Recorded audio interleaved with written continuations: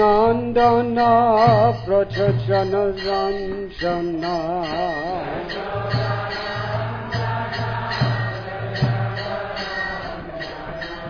Jamuna Thira Panachari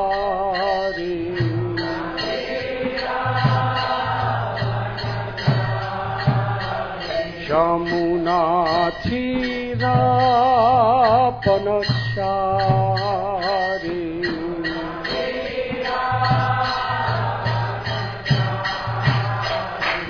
Jaya Radha Madhava Kunja Bihari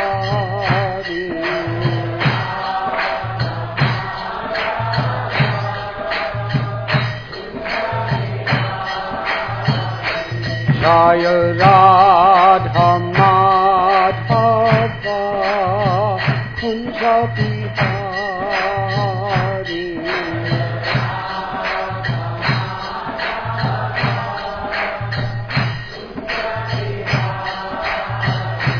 Jaya Gopi Jana Ballabha Girivadhari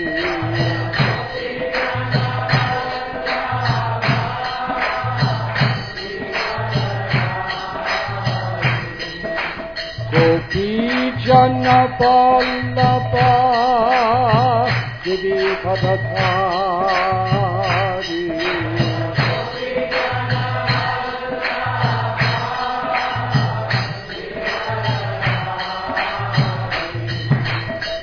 Yasodanandana Brajajana Ranjana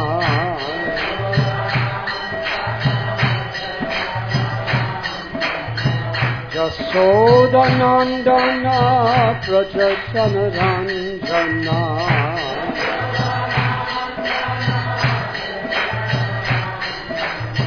Jamuna Thira Panachari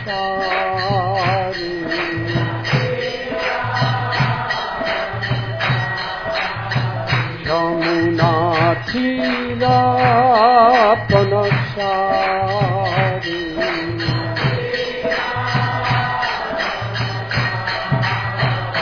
Jaya Radha Madhava Kunja Bihari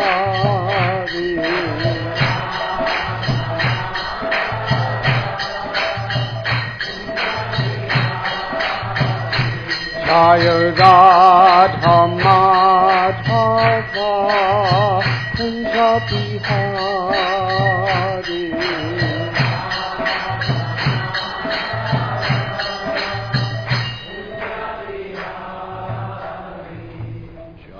Vishnupad Paramhansa Parivrajagacharya Astotra Sutta Sri Srimad Hesi Bhakti Vedanta Swami Prabhupada Ki Jai Jayom Vishnupad Paramhansa Parivrajagacharya Astotra Sutta Sri Srimad Srila Bhakti Siddhanta Saraswati Thakur Prabhupada Ki Jai Ananti Koti Vaishnava Vrinda Ki Jai Namacharya Srila Haridas Thakur Ki Jai Prem Sikaho Sri Krishna Chaitanya Prabhu Nithananda Sri Advaita Gadadhara Shivasati Gaura Bhakta Vrinda Ki Jai Sri Sri Radha Krishna Gopa Gopinath Sham Kund Radha Kund Giri Gopardhan Ki Jai Sri Vrindavan Dham Ki Jai Sri Navadvip Mayapur Dham Ki Jai Sri Jagannath Puri Dham Ki Jai Ganga Mai Ki Jai Yamuna Mai Ki Jai Bhakti Devi Ki Jai Tulasi Devi Ki Jai Samaveda Bhakta Vrinda Ki Jai Gopimanandi. All glories to the assembled devotees. All glories to the assembled devotees. All glories to the assembled devotees. All glories to Sri Guru and Sri Gauranga.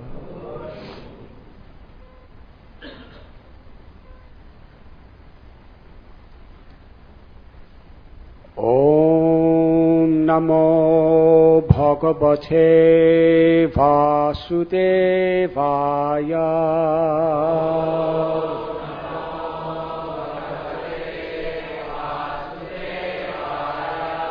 Om Namo Bhagavate Vasudevaya.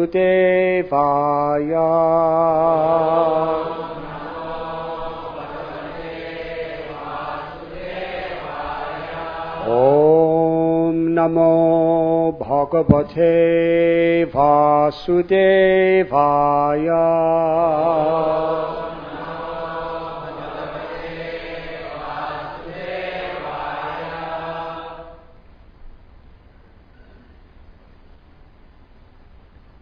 Shri Shuka Uvacha.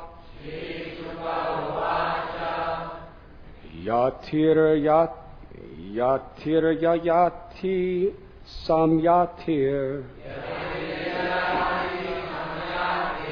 Ayatir vyati kriti. Shad ime nahushasyasan.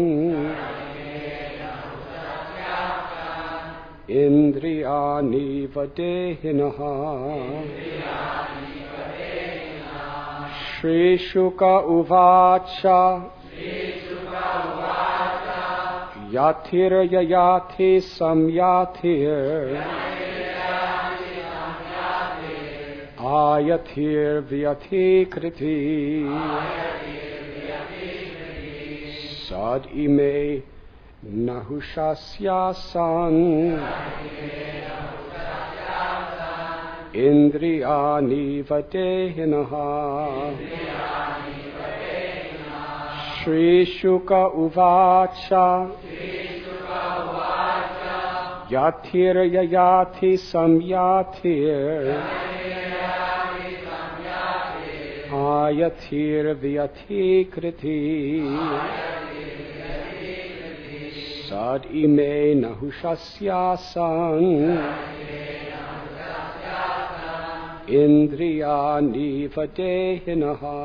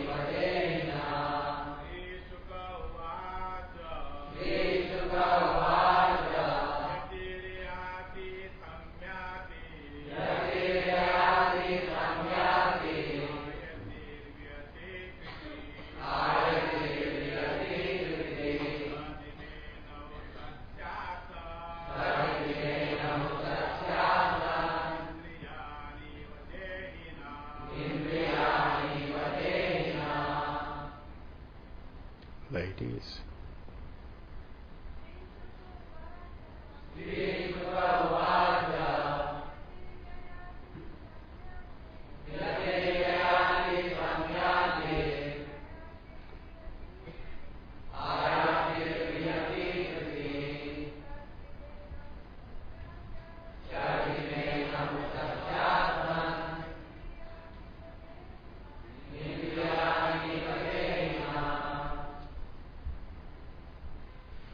Shri Shuka Uvacha. Shri Shukadev Goswami said,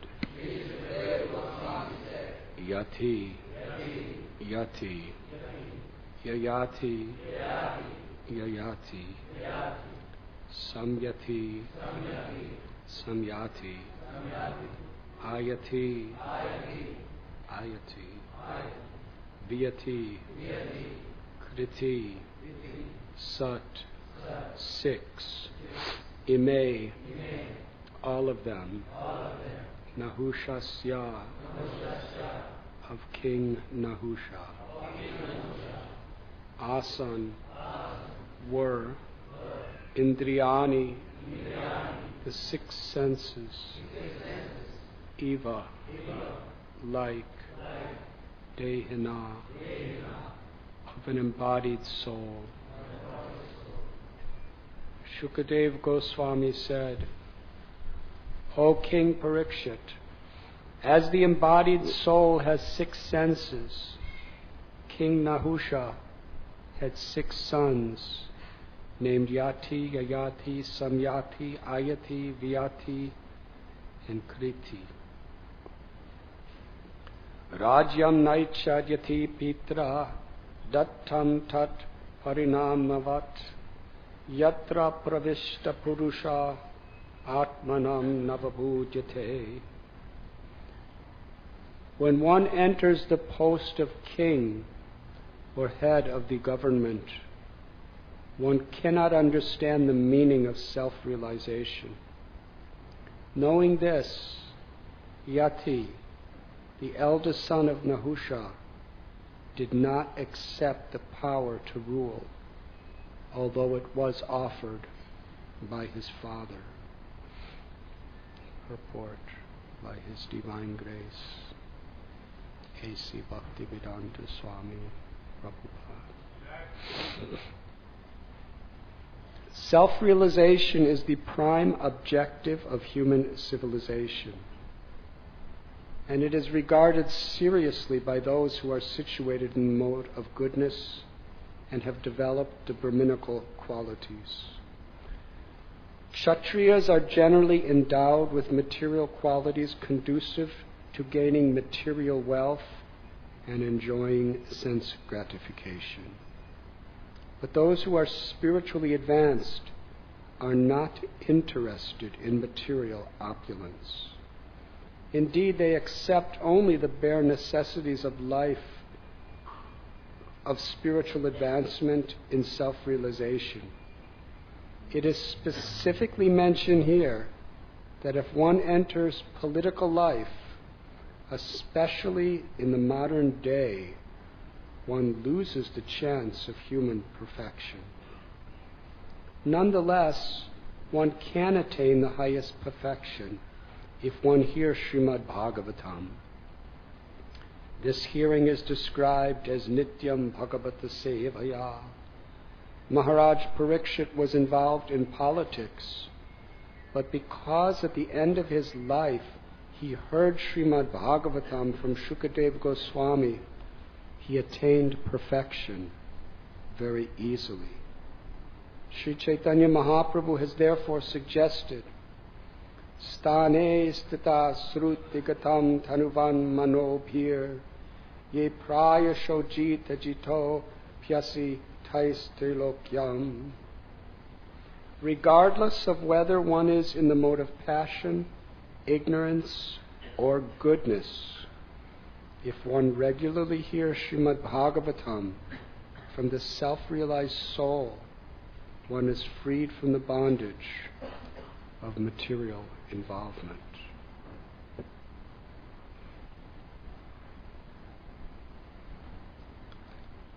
Om Agyantimidandasya Jnananjanat Shalakaya Chakshurun Militam Jena Tasmai Sri Gurave Namaha. Sri Chaitanya Manobhishtam Sthapitam Yena Bhutale Swayam Rupa Kadam Mayam Dadati Swapadantikam Vandeham Sri Guru Sri Jutha Padakamalam Sri Gurun Vaishnavanscha Rupam Sagrajatan Sahagana Raghunathan Vitam Tham Sajivam Sadvaitam Savadutam Harijana Sahitam Krishna Chaitanya Devam Sri Radha Krishna Padan Sahagana Lalita Sri Vishakan Vitamscha. He Krishna Karuna Sindhu Dina Bandhu Jagatpate Gopesha Gopika Kanta Radha Kanta Namostate, Tapta Kanchana Gaurangi, Radhe Vrindavaneshwari, Vrishabhanu Sute Devi, Pranamami Hari Priye, Vanshak Kalpatarubhyascha, Kripa Sindhubhya Evacha, Patithanam Bhavanebhyo, Vaishnavebhyo Namo Namaha.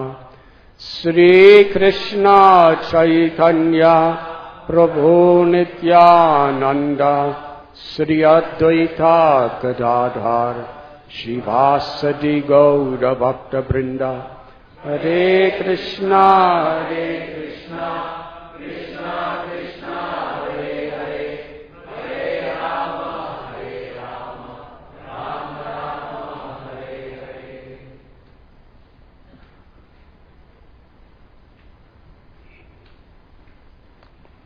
We are reading from Srimad Bhagavatam,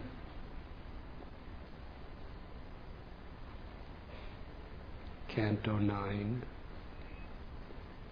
Chapter 18, entitled King Yayati Regains His Youth. Text 1 and 2.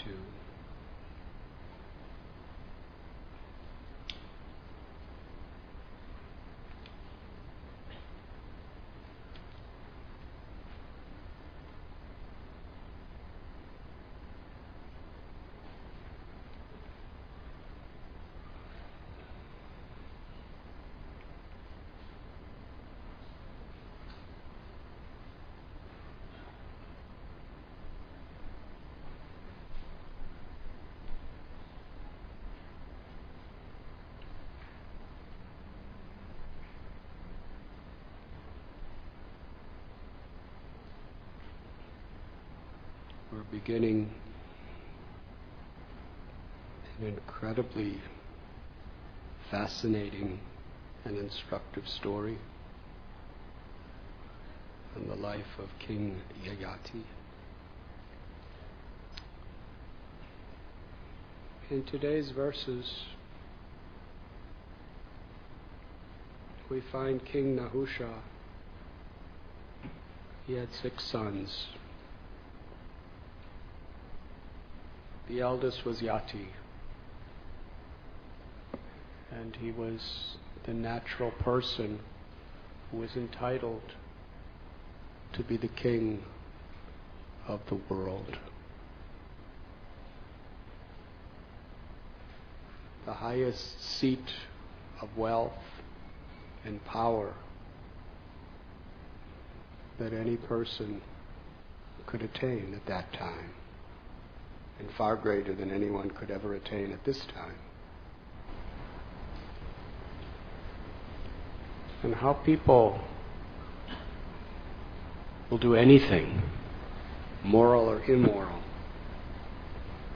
to achieve such influence, popularity, power, and wealth. We see in today's world, as well as throughout history, what people have done to achieve even a fraction of this position.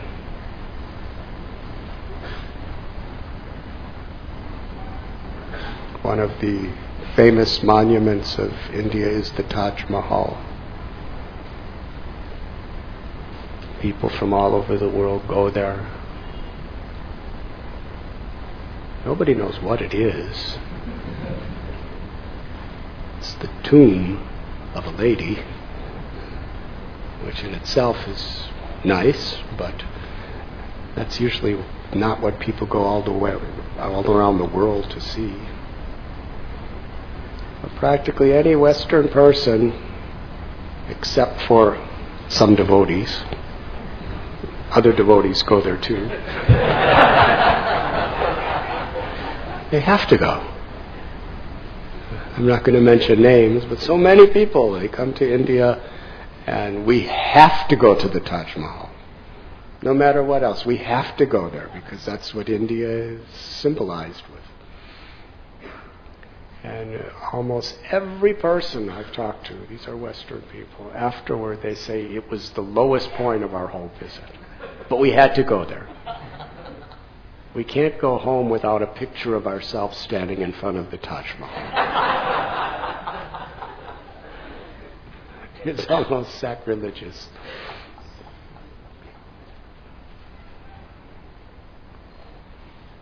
But Shah Jahan, he built it for his wife. And the reason he built it for his wife is because she had so many children for him. A lot of children. And he was so grateful to her because she gave him so many children. Well, it was a joint effort, obviously, but still, she went through the pregnancy, she raised them, so she was very happy. He was very happy, and then when she died, he wanted to, in one sense, he wanted to offer his gratitude to his wife who gave him so many children. But in another sense, I'm sure he wanted to show the world for all time the greatness of what he could accomplish. And his wife was a good excuse to do that.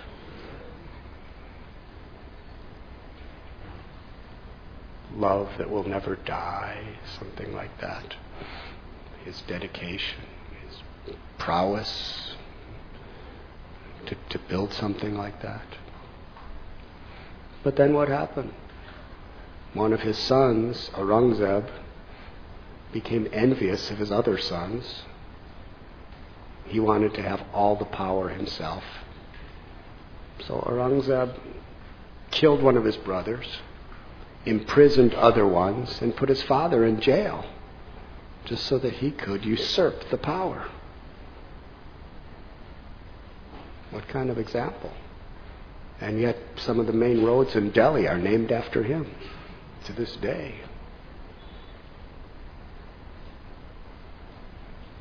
So we see some power, some prestige, some wealth. People kill their brothers, imprison their fathers, will do anything to achieve it. How many lawsuits are there between brothers in India, all over the world, over the estate of what the father left behind, or the money that is there in their businesses? It's a very common thing.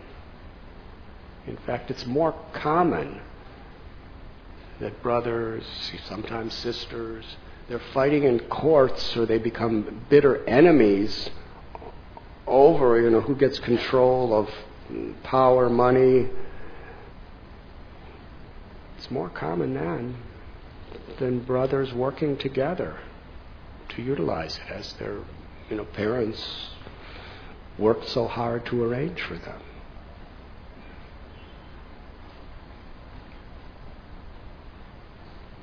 One of my dear godbrothers, Tamal Krishna Goswami Maharaj, went to college. He was working on his PhD at Cambridge University. And he told me, if you think there's politics in ISKCON, you should see the politics in the academic world, in the hierarchy of the academic world. There is so much cutthroat for people to get recognition, prestige, positions. Unbelievable what people do to each other. In practically any field, whether it's academic, whether it's industry, business, politics, sports. I was with one mother, and she's daughter of one of our devotees. And she was telling me that her son was in a particular type of sport. He's just 8 years old. And the other children in the league of his is about 8 years old, and they travel around America playing. She said she has never in her life seen such cutthroat, cruel, harsh politics as the parents of these children, trying to get their son on the team. Right? And it's not that they make a lot of money out of it, because they're from very wealthy neighborhoods. They don't need money from their son playing a sport.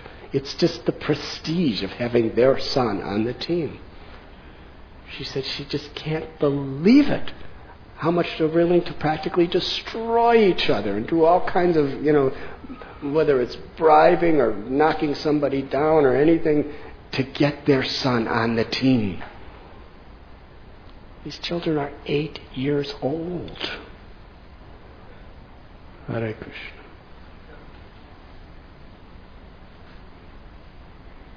So wherever there's possession, wherever there's prestige, wherever there's wealth, wherever there's power, the history of the world is how people have the tendency to do anything, everything, to somehow or other get it. And here we find Yati. It's all being given to him.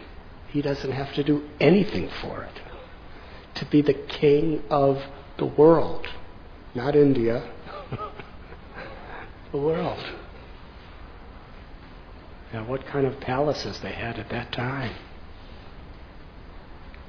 And Maharaj Yati, although it was so much, he was so popular, everyone wanted him to do it. Even his brothers wanted him to do it. His father needed him to do it. He refused. He didn't have to work for it. He didn't have to go to school for it. All he had to do was just say, yes. And he was totally qualified to do it also. But he said, absolutely no, I will not do it, because it will disturb my spiritual life. Because when you have such a position like this, you become so much in competition with so many people, and you have to, whatever you have to maintain what you have, and there's so many pressures and so many stresses. The purpose of human life is perfection, self-realization. Therefore he refused. He didn't want to be caught up in the implications and the complications and all the other stuff that comes along with it. As we sometimes say, the tendency is to become a prisoner of your own success. People work so hard to achieve a position, but then to maintain that position, to keep that position, it's not that you get there and then you say, okay, now I can relax. Because the more you have, the more there's predators trying to take it away. And so many other complications. People around you become envious, they become greedy, you don't know who to trust, you don't know who not to trust.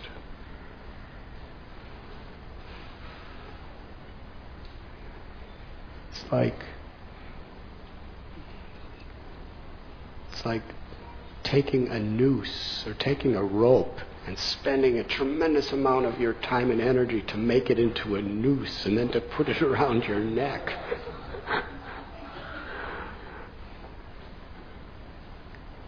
And then to build a magnificent skyscraper where you jump from.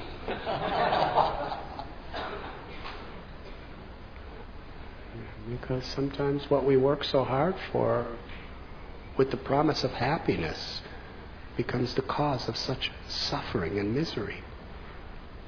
And yet because of this Rajaguna mixed with Tamaguna, the mode of passion mixed with ignorance, we become so entangled in the consciousness of having it and getting it and maintaining it, that even though we see it's making us miserable, we don't see it. Somehow or other, We're just so caught up. We have to keep going. It's turning myself into a monster. It's turning other people around me into a monster. It's breaking my relationships. It's so much struggle, so much tension. It's affecting my health, but I can't do without it. That's the way the mode of passion is. It gets us so caught up in the name of happiness. And sometimes Maya makes us think that we are happy, even though we know for sure that we're not. The mind is such a thing that Maya can play with. We see so much suffering and so many miseries, but with the little happiness we are getting from it, which is buried by this other stuff, we think we need it. This is my happiness.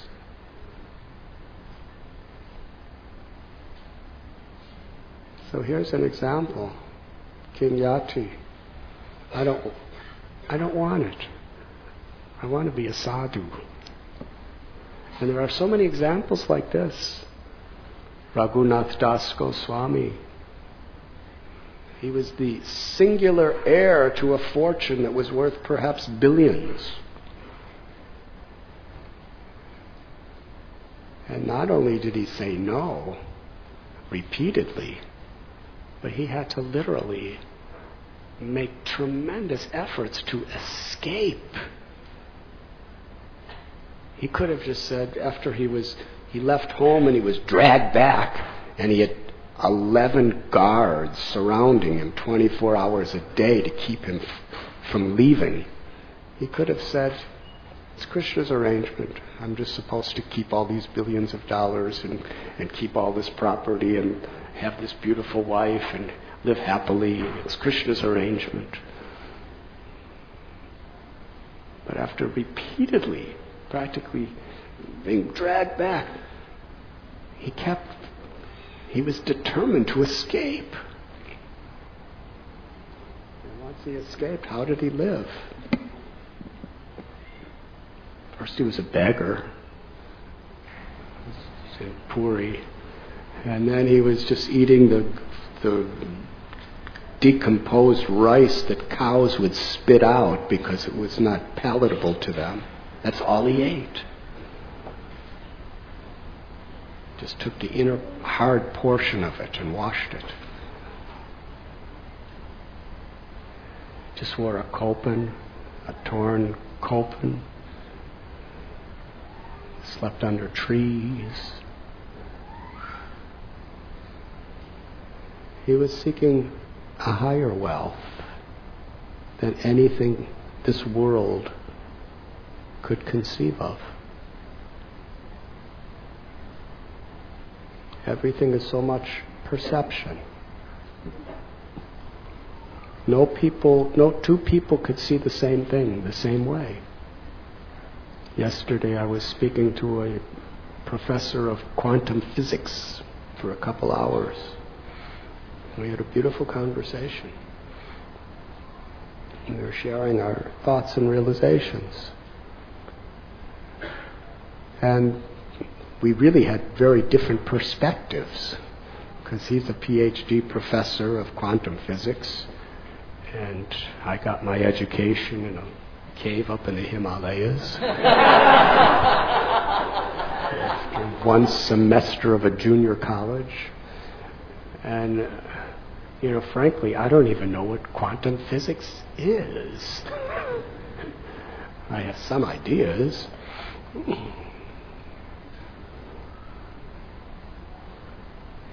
But obviously we see the world through different paradigm of vision. And he was explaining, because everything is so subjective, no matter how objective we try to be, still, whatever we see, whatever we hear, whatever we think is being filtered through our consciousness and our conditioning and our egos. So nobody could see the same thing the same way. As simple as this flower.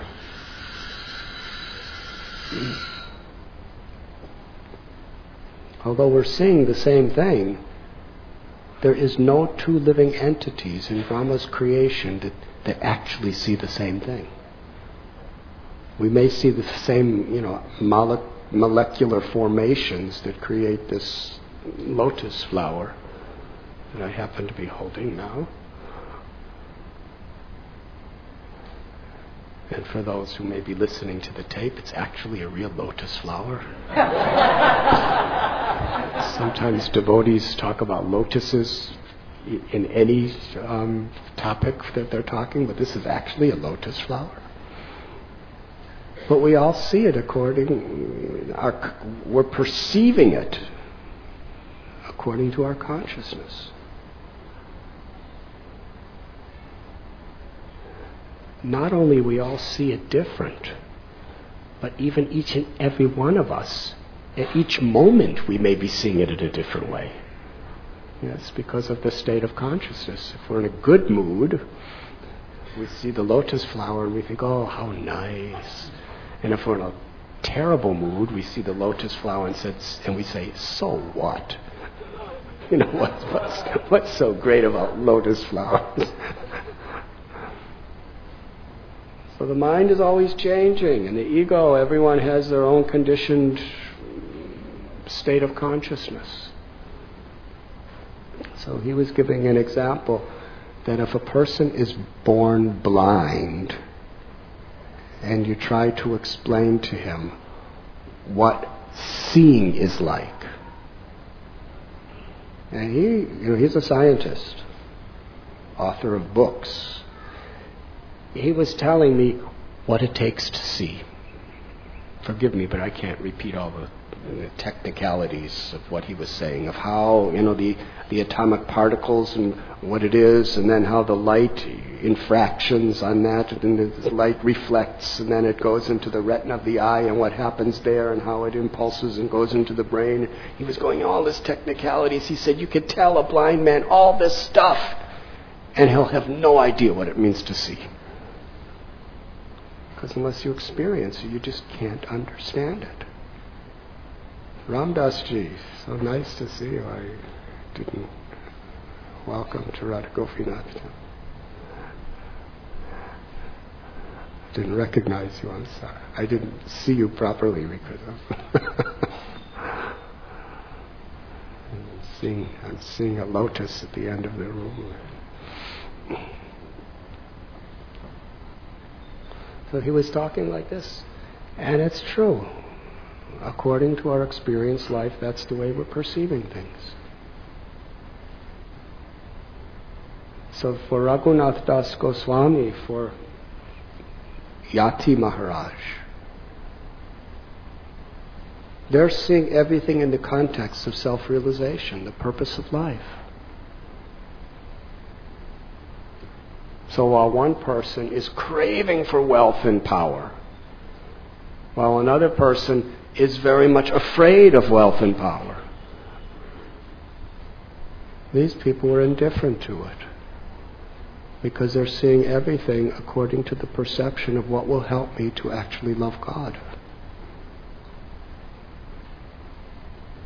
And this is actually the vision of real humanity. Atato Brahma Jigyasa. The Brahma Sutra begins. Human life actually starts when we have a sincere inquiry about Brahma, about God. Who am I? Where am I going? Where am I coming from? And what is the purpose of all this? When we seriously search for the answers to these questions, then our human life actually begins. And when we search for these things, then we see the whole world in reference to that. Rupa Goswami made it very simple. That Krishna consciousness is to accept what is favorable for devotional service and reject what is unfavorable for devotional service.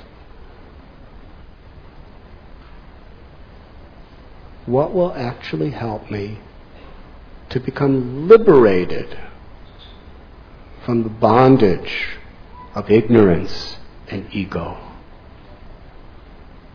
What will help me to find the true happiness, the treasure of the heart, love for Krishna. If that is our standard, and we're seeing the world from that perspective, we're going to see everything in a very, very empowered way. Because we're not hankering and lamenting over the temporary experiences of the world.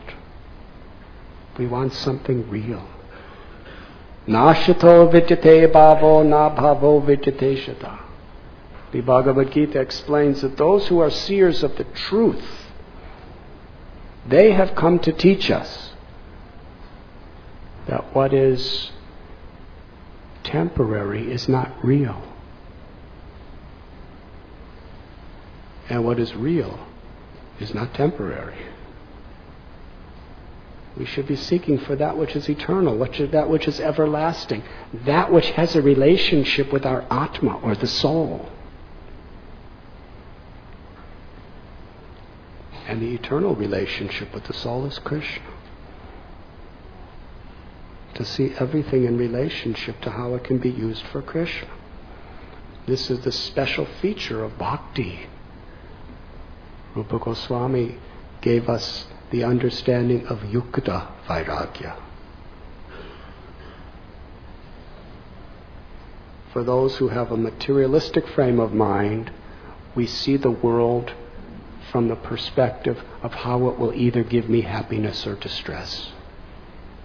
We want the things that give happiness, and we don't want the things that will give us distress. So we're seeing from the perspective of our own selfish desires. And those who are on who follow the philosophy that many jnanis do, they understand all this stuff is temporary. It's all going to bring misery in due course of time. So it's all illusion. And we should disconnect ourselves, detach ourselves, renounce all of these things. Sripad Shankaracharya, essentially, if we want to be his follower, he said, first thing you have to do is take sannyas. Because trying to follow his teachings without being a true sannyasi, it's contradictory. Everything in the world is an illusion. You're supposed to be totally detached from everything and all desires, and yet you're working in the world. Take sannyas. Then you can actually traverse this path. But Sri Rupa Goswami, on behalf of Sri Chaitanya Mahaprabhu, taught this principle of yukta vairagya, that everything is sacred if we have no desire than to utilize it for the service of the Lord. To transform material energy into spiritual energy through bhakti, through a spirit of devotion. And then the world can actually be seen as beautiful if we see it in relationship with Krishna. Because we're not clinging to the things that cause suffering. We're clinging to Krishna and offering the things to Krishna. Then the things become beautiful because we see them in relationship to the all-attractive, all-beautiful, supreme Krishna.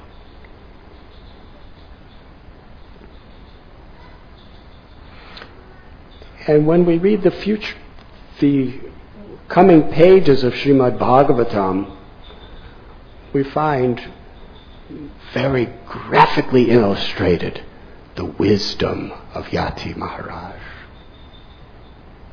Because his father, Nahusha, who wanted to give him the kingdom that he worked so hard to maintain, after Yati refused, I don't want it. It's too entangling. It's too incriminating for me.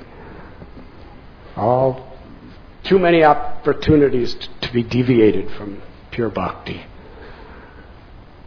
His father ended up, because of his ego of having so much power and so much this and so much everything else, he got implicated in a very, very serious Maya thing, competing with Indra over Indra's wife, and ultimately the sages, Agastya and others, became so disgusted with him that he got cursed to become a python. That's a big snake. So from living in his royal palace, he's a snake living in a forest. Nobody cares about snakes. And if they do, it's not very favorable, except maybe another python. As far as my psychological analysis, even other species of snakes don't like pythons. This is very...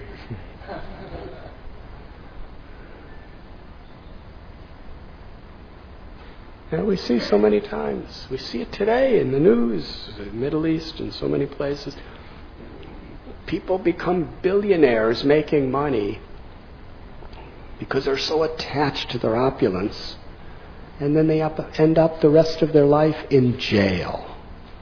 Yes, we see this happen in America recently. People become so big, but in order to do it, they cheat, they cut corners, they hurt other people. And they can't stop doing it because they're so addicted to their opulence, and then they end up the rest of their life in prison.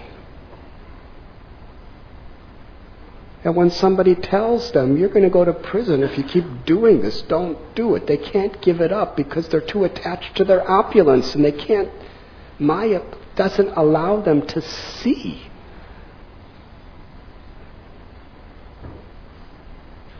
The simple field worker has more opulence than a prisoner. Yes. It's just intoxication. The mode of passion intoxicates one. The mode of ignorance especially intoxicates a person. To just not see things clearly. The opposite of what you want is coming, but you won't move aside because you're so attached to what you think you're going to get. And we see these people who are, nobody even knows how much wealth and power they have. Some of these heads of states, these dictators, they have so much power and so much wealth. And yet, their own citizens tear them down and put them to prison. They have to run away in exile. It's kind of like becoming a python.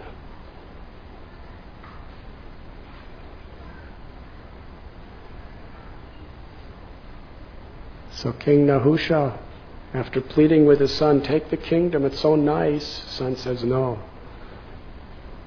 Then he ends up becoming a python. And then in his absence, the next son, Yayati, takes the throne. And he really had some serious problems. He made some mistakes because he became so attached to this enjoying spirit.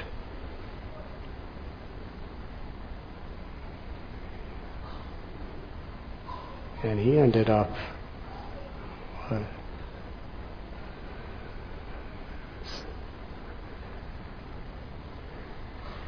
anyways, I don't want to ruin the story for the next Bhagavatam class givers, but it's one of the most popular stories among brahmacharis.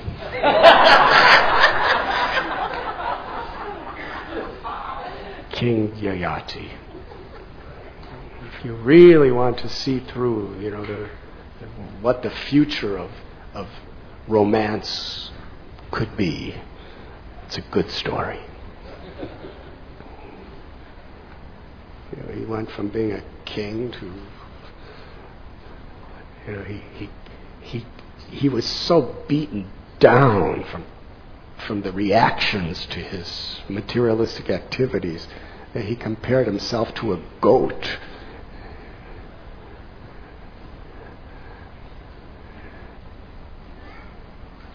And meanwhile, while Nahusha's a snake and Yayati's a goat, King Yati is a self-realized person doing his sadhana, doing his bhajan, and pursuing the goal of life. But here, the conclusion of this incredible story, Srila Prabhupada's purport, is that entering into politics, entering into big business, entering into any of these things where there's so much envy and there's so much greed and there's so much ego and prestige going on, and it's so difficult to tolerate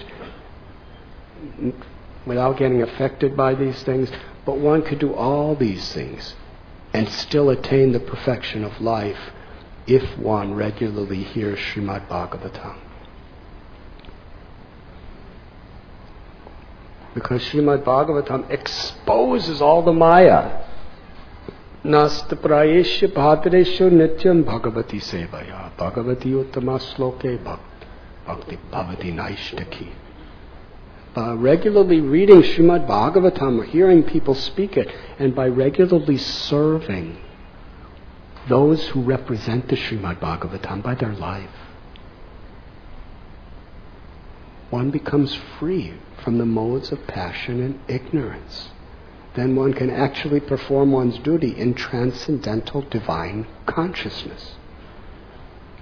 And there are so many examples of this. We discussed Aurangzeb, we discussed Yayati, we discussed some contemporary people in the world today. Their downfall was so much because they fell prey to greed and envy and pride while in such high positions. But then we have King Yudhisthira, Maharaj Parikshit, Maharaj Prataparudra in more recent times. They were great kings, but they were rishis, rajarshis, because they based their life on the principles of Srimad Bhagavatam. Parikshit Maharaj was the king of the world, but he claimed nothing to be his own. Bhoktaram Jakatapasam Sarvaloka Maheshwaram. The Bhagavad Gita tells that the formula for real peace, whoever we are, whatever we have or don't have, the formula for real peace is to understand everything is Krishna's property. Nothing is mine. And everything should be used in the service of Krishna because he's the ultimate enjoyer of everything that exists. And that he's our best, most intimate, loving, well-wishing friend. To have faith. Faith that if we serve Krishna, Krishna will do what's supremely and ultimately best for us. Krishna's our eternal Father, our eternal Mother, our eternal friend.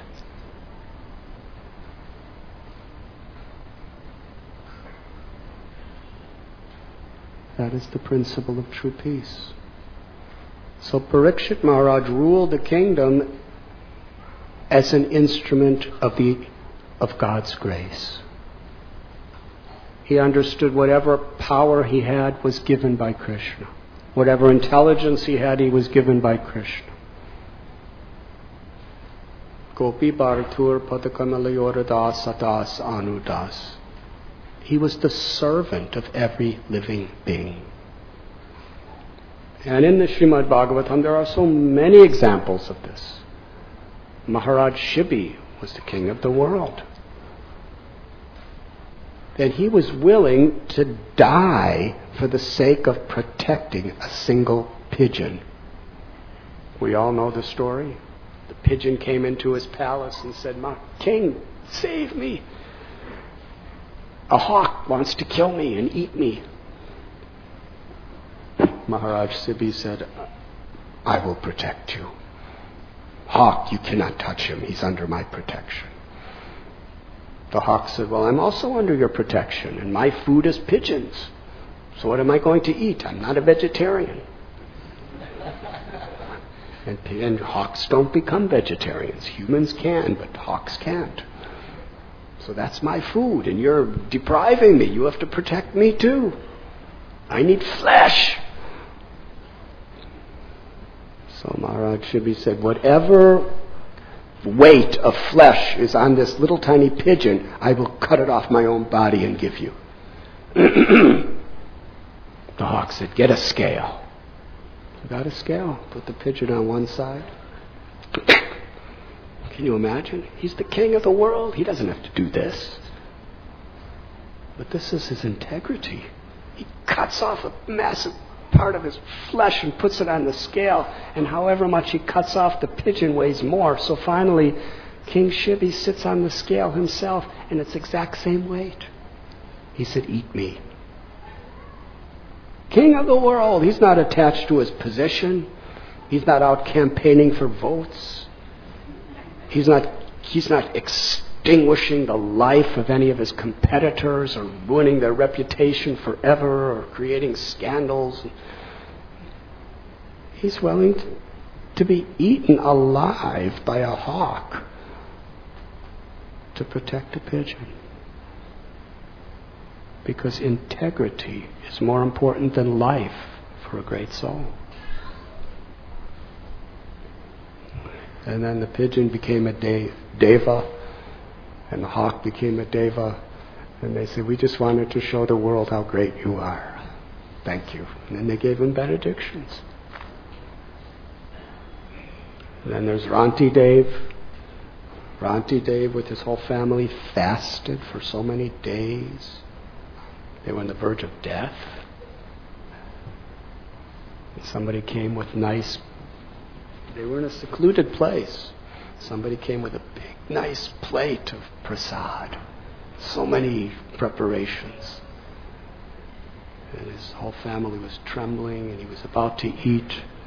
A Brahmin came and said, I'm hungry. So King Ranti Dev fed him. And he was about to eat with his family. And more people started coming. A Shudra came. Shudra said, I'm hungry. So Ranti Dev fed his whole family. Then he fed the Shudra. Then whatever little was left,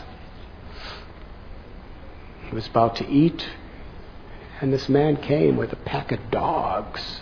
And he said, I'm hungry and all my dogs are hungry. So he gave all the rest of the food to the dogs.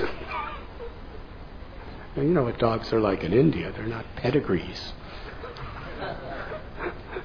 They're the kind of dogs people go, hut, hut.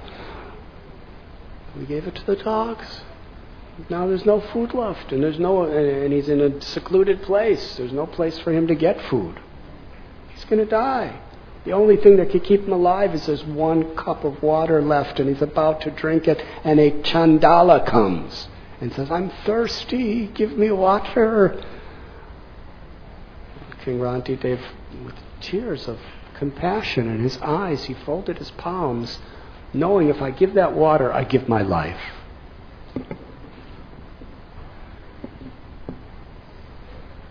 He had every justification to drink it. But he prayed, I pray, O Lord, Supreme Personality of Godhead, I only want one benediction from you. I do not want mystic cities. I do not want liberation. I do not want power, wealth, or rulership over the world. I only want this, that in every lifetime that I take, I'm willing to give it up to show compassion to others. I'm willing to die life after life after life to show compassion to those who are in need. by giving this Chandala my water, my life, I will forever be free from hunger, thirst, moroseness, lamentation, or illusion. Then he gave the water. He didn't just say it, he gave the water. Then they all became devas and said, very nice. This is Srimad Bhagavatam.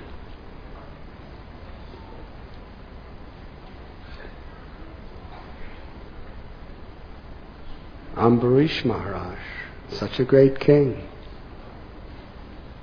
yet so forgiving, willing to... The person who tried to murder him in the most heinous way, he spent a whole year praying for that person's protection and ultimately saved that person's life.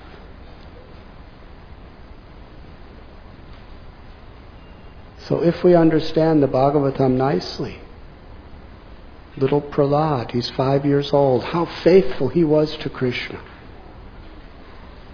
And even though his own father tried to murder him in so many ways, he remained totally faithful to Krishna. And then he asked Krishna and Narsingha Dev, give me the benediction, my father will be liberated. Savai pung shang bharo dharmo yato bhaktir rokshaje ahoitaki aprati hatha yayatma suprasidati. The supreme occupation for all humanity is loving devotional service to the Supreme Lord. Such devotion must be unmotivated and uninterrupted, unmotivated by selfishness or ego,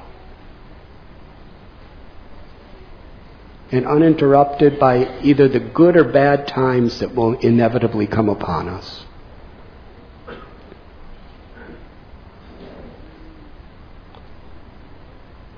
That is the only means by which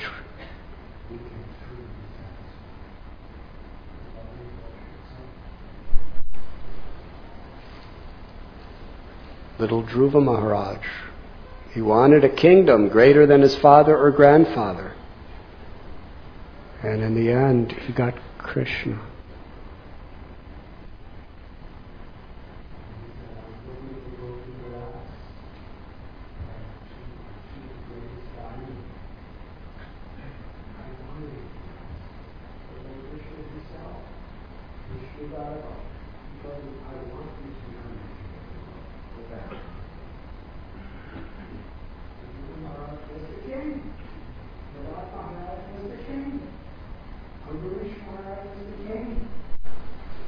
But they ruled in this consciousness to show that any one of us, in whatever occupation, in whatever status of society, we could all perform our duties in perfect divine consciousness if we just follow these principles of Srimad Bhagavatam. And the culmination of Srimad Bhagavatam is Krishna appears. When we actually live by the principles of Srimad Bhagavatam, then Krishna, through pure devotion, Krishna appears within our hearts as he appeared in Vrindavan and performs his all-attractive, most intimate and sweet pastimes. Krishna's little baby, right in front of everybody's eyes, he kills Putana. He kills Trinavarta. He kills Sakatasura. He kills Vatsasura, Bakasura, Agahasura. Devotees are seeing, all the Brijavasis are seeing him performing the most unbelievable feats of strength that only the Absolute Truth could do, the all-powerful Almighty. But yet when he smiles, and when he laughs, and when he glances, and when he plays his flute, the sweetness, the love of Krishna, the beauty of Krishna is so infinitely attractive that even though they see him doing all these heroic deeds, they don't think he's God. They think that it's because of our piety that God is protecting Krishna by giving him the strength to do these things.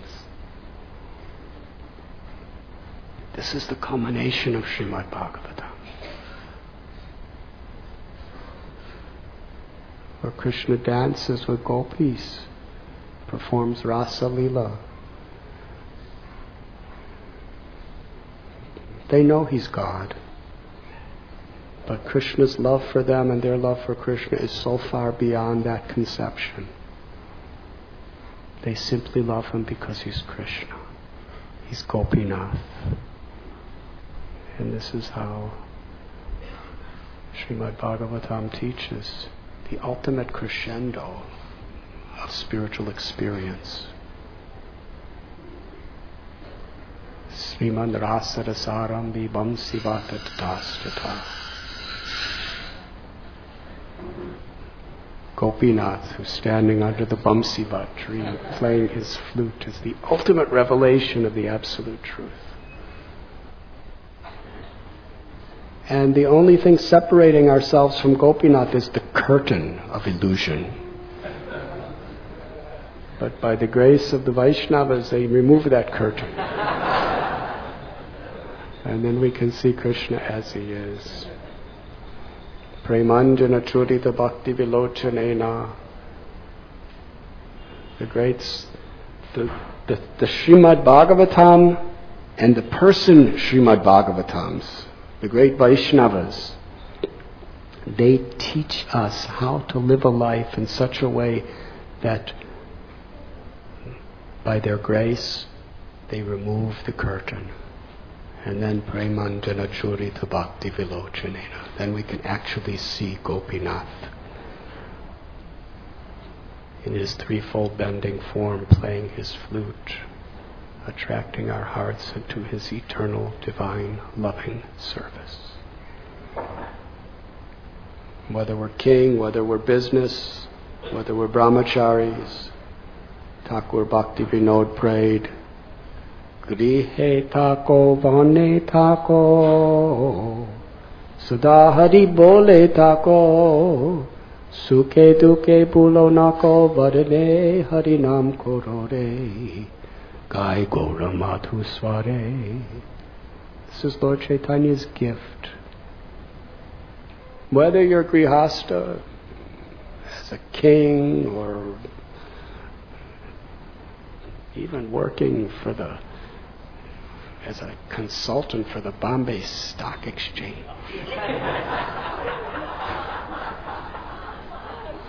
You could be a self-realized saint, or a brahmachari, cooking dal for the Sunday feast. Doesn't matter. The curtain of Maya is removed from the beautiful darshan of Gopinath if we just follow these principles of Srimad Bhagavatam. And the culmination of Srimad Bhagavatam is that we can be freed from that curtain of Maya forever if we just offer obeisances to the Lord, associate with devotees of the Lord, and sincerely chant the holy names.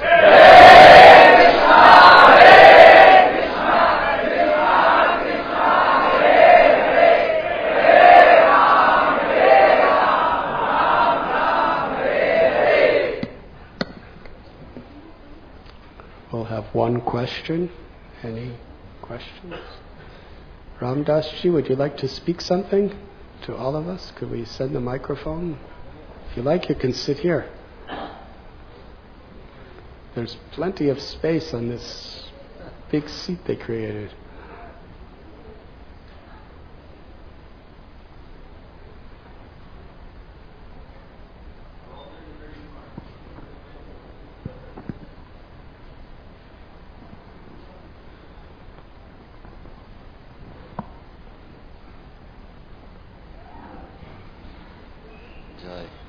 Vanchakalpatrubhyascha kipasindhuvayevacha patitanam pavanebhyo vaishnavebhyo namo namaha.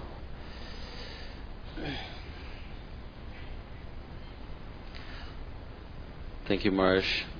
Very happy to be here again by your mercy and the grace of all the Vaishnavas. So I'm feeling very fortunate. So, and as I was hearing your class, I was reflecting on my own life and the choices that we make as we try to do service and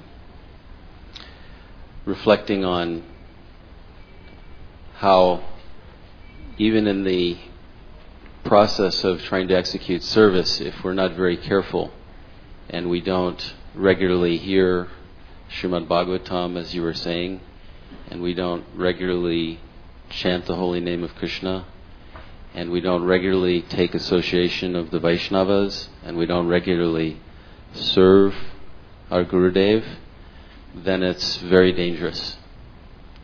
So I'm always praying that all great souls like yourself will be compassionate on all us who are out in the world trying to do something for Krishna and keep strictly in our line of our Guru and our Gurus. So I'm always praying for your blessings that I can stay engaged and not have that cloud too thickly in front of my vision of what is the truth. So, very great. Hare Krishna. Thank you very much, Prabhu. Srila Prabhupada ki jai. Everyone, I thank you very much.